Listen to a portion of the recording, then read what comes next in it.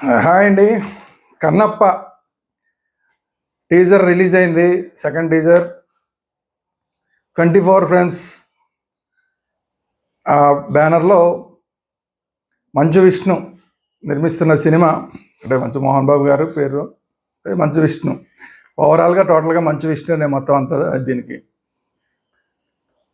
Script దగ్గర నుంచి మొదలు పెడితే ఆ కథలో దాంట్లో డెవలప్మెంట్లు అన్నీ కూడా ఆల్మోస్ట్ విష్ణునే చేసుకున్నాడు. సరే, రైటర్స్ ఎలాగో ఉంటారు అనుకోండి, కానీ విష్ణు చెయ్యాలనుకున్న పద్ధతిలో కన్నప్ప. ఒరిజినల్ కన్నప్ప ఏంటి, అది దూర్జట్టి గారు రాసిన కన్నప్ప అదంతా ఏంటి, శ్రీ కాళహస్తీశ్వర శతకం అవన్నీ పక్కన పెట్టేస్తే విష్ణు, మంచు విష్ణు కన్నప్ప అనొచ్చు దీన్ని. లేదంటే ఇంకో రకంగా చెప్పాలంటే న్యూజిలాండ్ కన్నప్ప అనొచ్చు. మరి ఈ న్యూజిలాండ్ కన్నప్ప, ఈ మంచు విష్ణు గారి కన్నప్ప ఏ విధంగా ఉండబోతున్నాడు ఏంటి, టీజర్ అయితే ఎలా ఉంది అనేది మాట్లాడుకునే ముందు, దిస్ ఇస్ త్వరగా శ్రీరామ్, సినీ అనలిస్ట్. మన ఛానల్ వేదాంత ఛానల్ని అందరూ సబ్స్క్రైబ్ చేసుకోండి. అలాగే సబ్స్క్రైబ్ చేసుకున్న ప్రతి ఒక్కళ్ళు కూడా బెల్ ఐకాన్ కూడా నొక్కండి. బెల్ ఐకాన్ నొక్కితే కనుక ఇలాంటి సినిమా రివ్యూలని అప్లోడ్ అయినప్పుడల్లా మీకు అప్డేట్స్ వస్తూ ఉంటాయి. అది మాత్రమే కాకుండా, ఇలాంటి సినిమా రివ్యూలు మాత్రమే కాకుండా మన ఛానల్లో క్రికెట్కి సంబంధించిన రివ్యూలు రెగ్యులర్గా వస్తున్నాయి. ఛాంపియన్స్ ట్రోఫీ దగ్గర నుంచి అన్నీ, రాబోయే రోజుల్లో ఐపీఎల్ వరుస పెట్టి అన్నీ వస్తూ ఉంటాయి. అది కాకుండా మీ అందరికీ తెలిసిందే, పొలిటికల్కి సంబంధించిన రివ్యూలు వస్తూ ఉంటాయి. సో వేదాంత ఛానల్ని అందరూ సబ్స్క్రైబ్ చేసుకోండి. Thank you very much. So తిన్నడి కథ. తిన్నడిగా ఉన్నప్పుడు ఏ విధంగా కొద్దిగా దైవాన్ని నమ్మకుండా ఉన్న కన్నప్ప, అదే కన్నప్ప తిన్నడు, తర్వాత కన్నప్ప ఎలా అయ్యాడు, శివుడిని ఏ విధంగా నమ్మాడు, శివుడిని ఏ విధంగా పూజ చేశాడు, ఇదంతా కూడా, ఈ కథ అంతా కూడా ఈ కన్నప్ప సినిమాలో ఉంటుంది. అయితే సినిమా అంతా కూడా మనం చూస్తే, టీజర్ చూస్తే మొత్తం న్యూజిలాండ్లో తీశారు. అదే అంటే అప్పుడు రోజుల్లో యాక్చువల్గా ఇది జరిగిందంతా కూడా ఎక్కడ, మన చుట్టుపక్కల ప్రాంతాల అడవిలో అంతా జరిగింది. మన తిరుపతి, కాళహస్తి చుట్టుపక్కల ప్రాంతాల అడవిలో. ఇక్కడ ఇప్పుడు అడవులు ఎలా ఉంటాయి, ఇక్కడ అడవులు ఎలా ఉంటాయి, దానికి ఏమాత్రం సంబంధం లేకుండా ఇక్కడ న్యూజిలాండ్లో తీశారు. ఎందుకు అక్కడ తీసావు, నేటివిటీ మిస్ అయింది కదా అంటే, వాళ్ళు చెప్తుంది ఏంటంటే, సినిమాకి సంబంధించిన వాళ్ళు చెప్తున్నది ఏంటంటే, అప్పట్లో పొల్యూషన్ ఇంత ఉండేది కాదు కదా, పొల్యూషన్ వల్ల ఇప్పుడు ఇలాగ అయిపోయింది, అప్పుడు పొల్యూషన్ లేని టైంలో ఎలా ఉండేది అనేది చూపిద్దామన్న ఉద్దేశంతో ఏదో అక్కడ తీసామని చెప్తున్నారు. కాకపోతే ఏంటంటే అది కూడా ఏమి వాళ్ళ స్టేట్మెంట్గా ఊరికే చూడవలసింది తప్ప అదేం వర్కౌట్ కాదు. ఎందుకంటే ఇక్కడ అంత పొల్యూషన్ లేకపోయినా కూడా అలాంటి మైదానాలు, కొండలు, అలాంటి సెలయేళ్ళు, పెద్ద పెద్ద నదులు అవన్నీ ఏం లేవు. నది ఏం మారలేదు. నదేమి అక్కడ ఉన్న పెద్ద పెద్ద అక్కడ న్యూజిలాండ్లో చూపించే నదులు లాంటి నదులు కాదు ఇక్కడ మన దగ్గర ఉన్న నది. శ్రీకాళహస్తి పక్కన ఉన్న నది ఎలా ఉంది నది, దాంట్లో ఏంటంటే పొల్యూషన్ లేకపోతే కొంచెం ఫ్రెష్ వాటర్ వెళ్తూ ఉంటుంది, అంతే తప్ప కొండలే మారిపోవు. అంత మనకి చూస్తే తెలుస్తుంది. అందులో చూస్తే అంతా కూడా ఏదో ఫారిన్ లొకేషన్లో, అంటే వీళ్ళంతా కూడా ఇంటర్నేషనల్ బిజినెస్ని ఏదో దాన్ని టార్గెట్గా చేసుకుని న్యూజిలాండ్లో తీసినట్టున్నారు. ఇంతకుముందు కూడా నేను చెప్పాను, ఆ గుర్రాల కాళ్ళకి చాలా జుట్టు ఉండే గుర్రాలు, అవన్నీ కూడా ఇండియాలో ఉండవు. అలాంటి గుర్రాలు ఇండియాలో ఉండవు. మరి అలాంటి గుర్రాలను పెట్టి తీశారు. అంటే ఏంటి, టోటల్గా న్యూజిలాండ్లో అక్కడ దొరికే గుర్రాలు, అక్కడ దొరికిన లొకేషన్లు, వాటిల్లో తీశారు. సరే, ఎనీవే, నేటివిటీకి అయితే చాలా దూరంగా ఉంది. కానీ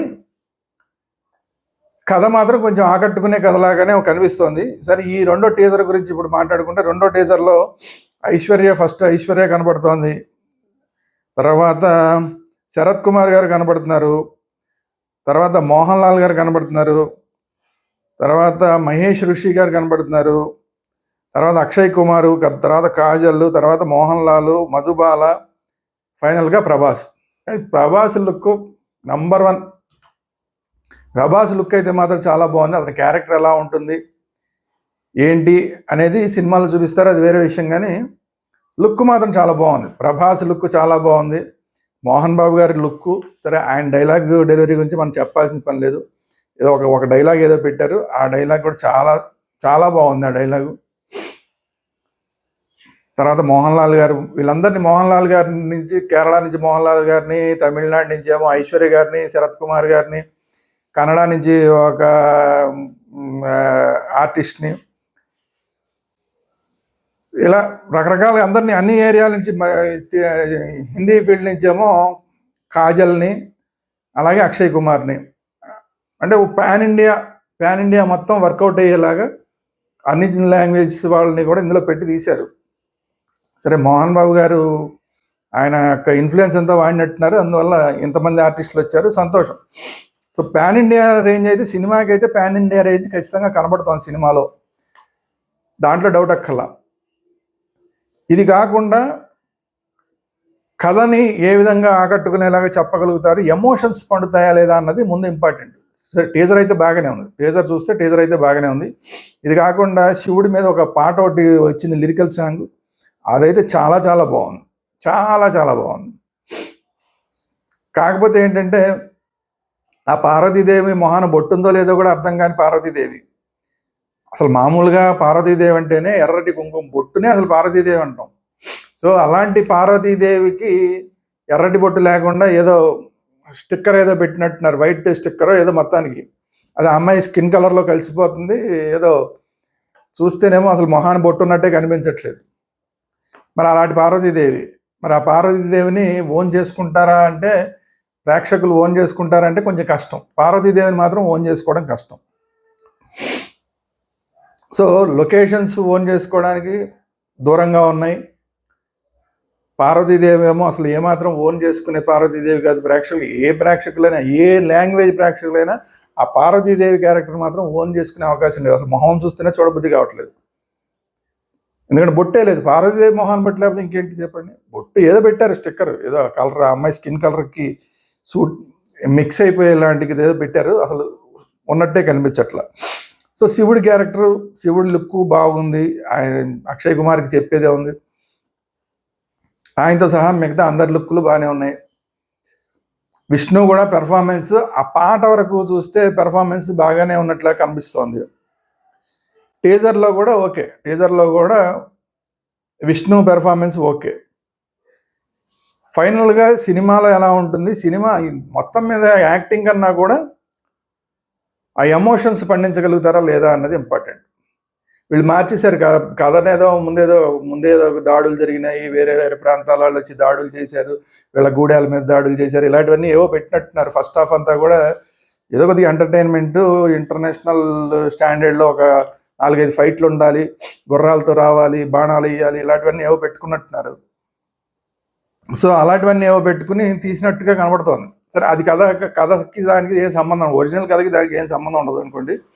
సెకండ్ హాఫే ఒరిజినల్ కథ. ఆ ఒరిజినల్ కథని కూడా వీళ్ళు ఏ పాయింట్ని తీసుకుని చేశారనేది చూడాలి. ఎందుకంటే మనకు ఆల్రెడీ కృష్ణరాజు గారి సినిమా ఒకటి మైండ్లో ఉండిపోయింది. అలాగే వేరే లాంగ్వేజ్లో కన్నప్పకి సంబంధించి ఆల్రెడీ హిట్ సినిమాలు ఉన్నాయి. సో వాటన్నిటిని దృష్టిలో పెట్టుకుని ప్రేక్షకులు ఈ సినిమాను చూస్తారా, లేదంటే ఇప్పుడున్న సిచ్యువేషన్ ప్రకారం అంతా ఓకేలే అనుకుని చూస్తారా అనేది చూడాలి. ఇప్పుడున్న ప్రేక్షకులకి, ఆ రోజు కన్నప్ప, మరి కృష్ణరాజు గారి కన్నప్ప ఇప్పుడున్న కొత్త ప్రేక్షకులకి అయితే తెలియదు, ప్రత్యేకించి చూస్తే తప్ప. సో ఇప్పుడున్న ప్రేక్షకులు దీనిగానే చూస్తారా ఏంటి అనేది చూడాలి. ఓవరాల్గా సినిమా ప్రజెంటేషను, వాళ్ళు ఖర్చు పెట్టిన విధానం అంతా బాగానే ఉన్నట్టుంది. కానీ స్క్రిప్ట్ ఎలా తీసుకొచ్చారు, దాంట్లో ఎమోషన్స్ పండాయా లేదా, ఈ రెండు ఇంపార్టెంట్. అసలు వాస్తవానికి పూర్తి దూరంగా స్క్రిప్ట్ వెళ్ళిపోయినా ఫెయిల్ అవుతుంది, లేదా ఎమోషన్స్ పండకపోయినా కూడా ఫెయిల్ అవుతుంది. ఈ రెండు కనుక బాగుంటే మిగతా అన్నీ, ఇప్పుడు నేను చెప్పిన పార్వతీదేవి, లేదంటే లొకేషన్స్, న్యూజిలాండ్లో తీసిన లొకేషన్స్, ఇవన్నీ ఆవిడ పట్టించుకోడు. నేను చెప్పిన గుర్రాలు అసలు మన దేశంలో ఉండే గుర్రాలు కావాలి. సో ఇలాంటివన్నీ కూడా ఎవరు పట్టించుకోరు. ఎమోషన్స్ పండకపోతే ఇవన్నీ హైలైట్ అయిపోయి ఏంట్రా బాబు ఈ సినిమా అన్నట్లాగా తయారవుతుంది. ప్రభాస్ తీశాడు కదా ఒక సినిమా, ఆ సినిమాలాగా తయారవుతుంది. మొత్తం అందరూ కూడా తిప్పి కొడతారు, ఇదేం రామాయణం నాయన అని చెప్పి తీసాదులు పారేశారు కదా, అలాగ అయిపోతుంది ఈ సినిమా పరిస్థితి కూడా. ఇదేం కన్న ప్రభావం తీసి పడేస్తారు. కానీ ఇప్పటికే చాలా డబ్బులు ఖర్చు పెట్టారు దీని మీద. దాని మీద రిటర్న్స్ రావాలంటే మోహన్ బాబు గారు చెప్పినట్టు ప్రభాస్ ఉన్నాడు కాబట్టి ఆ డబ్బులు రిటర్న్ వచ్చేసే అవకాశం ఉందంటే ఎస్ వచ్చే అవకాశం ఉంది ఖచ్చితంగా. అందులో ప్రభాస్ లుక్ కూడా బాగుంది. ఆ ప్రభాస్ ఒక్కటే షాట్ తీశారు, సజెషన్ షాట్, ఎవరో వెనకాల నుంచి ఇలా రివీల్ చేస్తే ప్రభాస్ రివీల్ అవుతున్నాడు. ముందు ఒకళ్ళు ఎవరో ఉన్నారు, అక్కడి నుంచి కెమెరా ఇలా ప్యాన్ చేస్తే ప్రభాస్ ఫేస్ అనేది రివీల్ అవుతుంది. ప్రభాస్ లుక్ అద్భుతమైన లుక్ ఇచ్చాడబ్బా ప్రభాస్ మాత్రం. నాకు పిచ్చగా నచ్చాడు ప్రభాస్. ఆ లుక్ మాత్రం ప్రభాస్ పిచ్చగా నచ్చాడు. మోహన్ బాబు గారు చాలా బాగుంది, ఆయన గెటప్ కానీ, ఆయన ఆహార్యం కానీ, ఆయన మాట్లాడే విధానం కానీ చాలా బాగుంది. సరే, విష్ణు అంటారా, విష్ణు గొప్ప నటుడు కాకపోయినా కూడా ఈ పాత్రకి సరిపడా నటిస్తే కూడా చాలు, ఆ ఎమోషన్స్ పండించగలిగితే చాలు, మొత్తం సినిమా సక్సెస్ అయిపోతుంది. మరి ఆ ఎమోషన్స్ పండించలేకపోతాడా, ఏం జరుగుతుంది అనేది వేచి చూడాల్సిన పరిస్థితి. సో ఓవరాల్గా టీజర్ ఓకే, ఏం ఇబ్బంది లేదు. టీజర్లో అయితే లొకేషన్స్ చెప్పాను కదా, అసలు మనకి సంబంధమే లేదు, మన నేటివిటీనే కాదు, అయినా కూడా ఓకే. టీజర్ అయితే ఓకే. సాంగ్ ఒకటి రిలీజ్ అయింది, ఆ సాంగ్ మాత్రం చాలా బాగుంది. ప్రస్తుతానికి ఇది. మరి సినిమా రిలీజ్ అయిన తర్వాత ఎలా ఉంటుంది ఏంటనేది మాట్లాడదాం.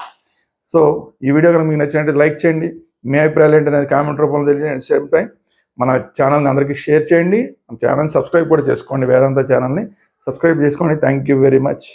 భారత్ మాతా కీ జై.